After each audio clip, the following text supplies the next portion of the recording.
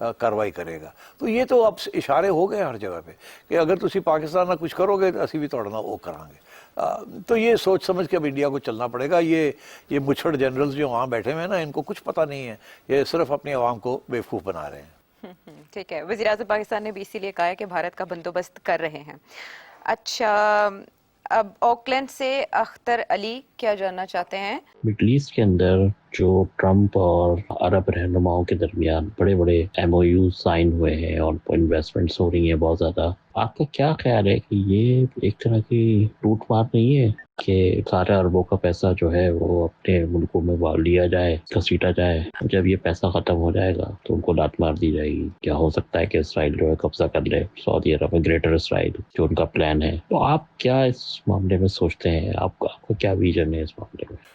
پہلی بات تو یہ جی کہ یہ جو مسلم ممالک ہیں جن کے پاس تیل ہے، جو ان کا سارا پیسہ ہے، وہ آپ کا کیا خیال ہے کہاں پڑا ہوا ہے؟ آپ کا خیال ہے کہ وہ جو ریت ہے اس کے نیچے والٹس کے اندر انہوں نے ڈبے لگائے ہوئے ہیں، بھرے ہوئے ہیں، وہاں رکھا ہوا ہے؟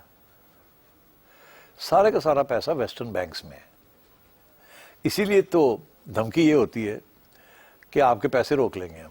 پانی وانی تھوڑے ان کے پیسے فریز ہو جاتے ہیں. اور یہ اب پہلی دفعہ نہیں، پہلے بھی یہ ہوا ہے ایسے. ایران کے پیسے روکے ہوئے انہوں نے. ابھی تک ایران کے جو پیسے ویسٹرن بینکس میں تھے وہ امریکہ نے روک دیے، ان میں سے بہت سے پیسے دینے نہیں دیے. تو یہ پیسے تو وہاں ان کے پاس پڑے ہوتے ہیں، وہیں انویسٹمنٹس ہوتی ہیں، وہیں ریٹرن ہوتی ہے. کیونکہ وہ اب یہ جو ممالک ہیں یہ چاہتے ہیں کہ ڈائیورسیفائی کیا جائے. سارے پیسے لنڈن میں نہ رکھے جائیں، نیو یارک میں نہ رکھے جائیں، سوئٹزرلینڈ میں نہ رکھے جائیں، کہیں اور رکھے جائیں. بیکاز یہ کسی سٹیج پہ بھی یہ جو ممالک ہیں یہ لوگ they can break the rules of the game اور بلیک میل کر سکتے ہیں آپ کو. اور پیسہ دن بدن بڑھتا جا رہا ہے ان کا، بیکاز تیل بک رہا ہے. اسی لیے تو اب ایم بی ایس نے سعودی عربیہ کے اندر 400 بلین کا جو نیا پلان بنایا تھا کہ وہ جو پورا ایک کوسٹ کے اوپر پوری شہر بنانے ہیں انہوں نے فار ویسٹرن ٹورسٹ. تو پیسہ کہیں تو خرچ کرنا ہے نا. تو اب وہ اسی لیے انڈیا کے ساتھ انویسٹمنٹس ہو رہی ہیں. انڈیا کے اندر، امریکہ کے اندر ایکچوئل فزیکل انویسٹمنٹ کرنے جا رہے ہیں ان انفراسٹرکچر. کیونکہ بینکوں میں رکھنا جو ہے وہ پرابلم ہو جاتا ہے، وہ سیز ہو جاتے ہیں وہ funds under national security rules. مگر اگر آپ نے کوئی پارٹنرشپس کی ہیں کسی پرائیویٹ سیکٹر کے اندر تو وہ آپ کو جو کمرشل لا ہے وہ آپ کو پروٹیکٹ کرتا ہے. تو اسی لیے دے آر ڈائیورسیفائنگ دیئر منی کہ جی یہ صرف بینکوں میں نہیں ہم نے رکھی، نہیں صرف امریکن ٹریجری بلز نہیں خریدنے ہیں، ہم نے یہ ڈائیورسیفائی کرنا ہے. پراپرٹی خریدنی ہے، لوکل پارٹنرز لینے ہیں، آئی ٹی کے اندر انویسٹمنٹس کرنی ہے، اینڈ سو آن. اور کچھ ظاہر ہے اور ملکوں میں بھی کرنی ہے. اب اور ملکوں میں کہاں کریں گے؟ کون سے ملک ہیں جہاں ریٹرن بھی ملتی ہے، پولیٹیکل سٹیبلٹی بھی ہوتی ہے؟ پاکستان میں تو پولیٹیکل سٹیبلٹی نہیں ہے. پاکستان کے اندر جس طریقے سے پالیسیز چینج ہوتی رہی ہیں، تو دس از دا پرابلم. اب انڈیا کے ساتھ یہ جو سارے جو معاہدے ہو رہے ہیں، this is because they think India is a stable country.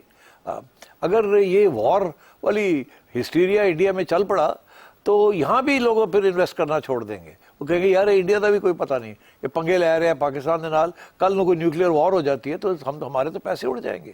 تو اسی لیے میں سمجھتا ہوں کہ انڈیا کے لیے یہ جو نیا ماحول بنا رہا ہے Narendra Modi, it is not good for India's economy.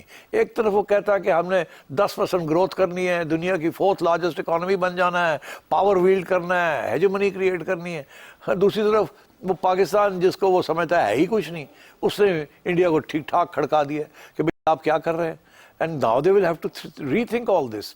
اور میں آپ کو بتاؤں انڈیا کا جو کارپوریٹ سیکٹر ہے نا، وہ بھی اب نریندر مودی کو کہے گا یار بس کر، فرق پڑ رہا ہے، جو انویسٹمنٹ آنی تھی رک گئی ہے.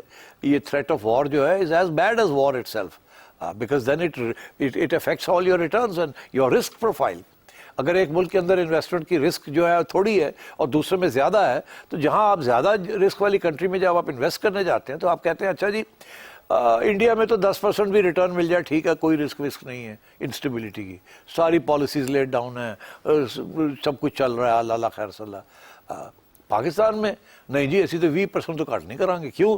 پاکستان تک پتہ نہیں آج گورنمنٹ آ گئی تو دوجی آ گئی انہوں نے پالیسی چینج کر دی، یہ پالیسی بیوروکریسی نے خراب نہ کر دی، یہ ڈیویلیویشن نہ ہو جائے، یہ نہ ہو جائے.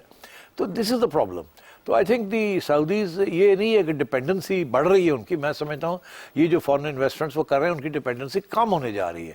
پہلے ڈپینڈنسی زیادہ تھی، they were beholden to the American system. Now they are trying to branch out and spread their risk.